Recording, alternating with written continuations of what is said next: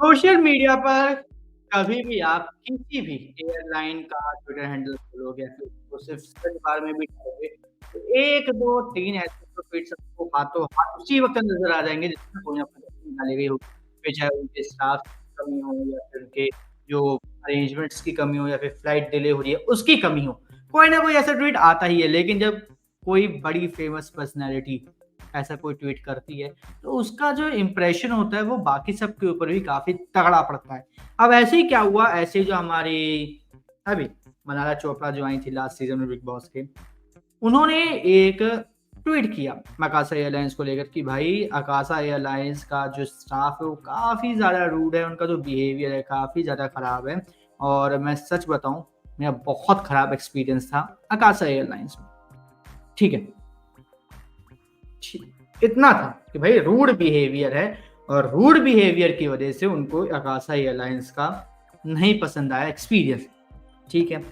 अब यहाँ पे अकाशा एयरलाइंस ने कुछ देर बाद ही उन्होंने शेयर किया अपना रिप्लाई कि भाई हमें रिग्रेट है कि आपको ऐसा एक्सपीरियंस हुआ और हम आपकी जो प्रॉब्लम्स है वो समझ पाए, लेकिन आपको भी ये सब समझना चाहिए कि हमारी एक्सेस बैगेज की जो पॉलिसी है वो क्या है और हमने आपको उसको काफ़ी डिटेल से बताया था।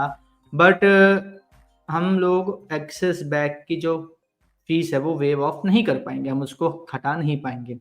और हमें लगता है कि आप हमारी इस बात को समझ पाए होंगे और हम लोग अगर कोई और भी प्रॉब्लम है, कोई इश्यू है, तो उसको भी यहीं पे सॉल्व करने के लिए एग्री हैं, आप हमें डीएम करें। ठीक है? अब यहाँ पर मनारा चोपड़ा का रिप्लाई आता है कि आप क्या लिख रहे हो भाई? मैं यहाँ पर रूड बिहेवियर की बात कर रही हूँ। मैं ये बोल रही थी कि मेरी तबीयत ख़राब है, मेरे को फ़ील वेल नहीं हो रहा। मैं थोड़ा-सा मतलब नहीं थी उस समय ठीक। तो आपके जो स्टाफ मेंबर्स हैं वो रूडली बोलते हैं कि आ जाके मैनेजर से बात करो और फिर आपका मैनेजर भी बड़ी रूडली मुझसे बात करता है, जबकि मेरी उस वक़्त तबीयत ख़राब थी, आपको समझ में आना चाहिए।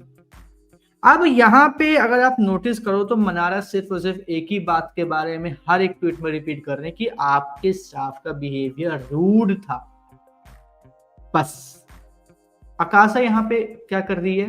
अकाशा एयरलाइंस यहाँ पे ये कर रही है कि वो बार-बार इस चीज़ पे पॉइंट आउट कर रही है कि आपने एक्सेस बैगेज की जो फ़ीस थी वो वेव ऑफ करने की हमसे रिक्वेस्ट की थी। वो हम लोग नहीं कर सकते। यहाँ पर बात खत्म नहीं हुई। मनारा का जो लास्ट ट्वीट था कि भाई आपका जो मैनेजर था, आपका जो स्टाफ था वो सही नहीं कर रहा था मेरे साथ बिहेवियर, मैं बीमार थी जो बात मैंने आपको बताई। तो इस पे अकाशा एयरलाइंस का बड़ा ही लंबा-चौड़ा एक ट्वीट आता है। बहुत लंबा-चौड़ा, मैं आपको अभी स्क्रीनशॉट दिखा देता हूँ। ये रहा।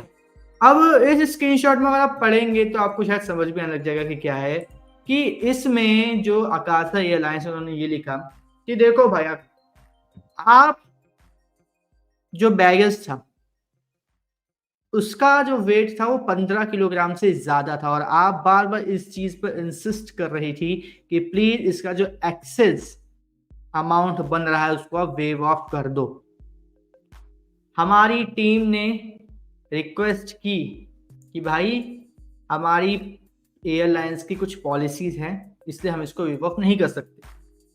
दूसरी बात, आपने बोला कि आपको ए प्लस सीट में बैठना है, जिसके लिए एडवांस बुकिंग होती है और एक एडिशनल फीस भी लगती है। ठीक है। और आप ये कह रहे हो कि चलो एडवांस बुकिंग की तो बात छोड़ दो, जो एडिशनल फीस है उसको वेव ऑफ कर दो। भाई हमारे टीम मेंबर्स ने बताया कि ऐसा नहीं हो सकता, सभी सीट्स जो है वो रिजर्व्ड है, ये है, वो है, बात कर दी। तब भी आप वहाँ पे बार-बार यही बोल रहे थे कि हमें वो सीट चाहिए।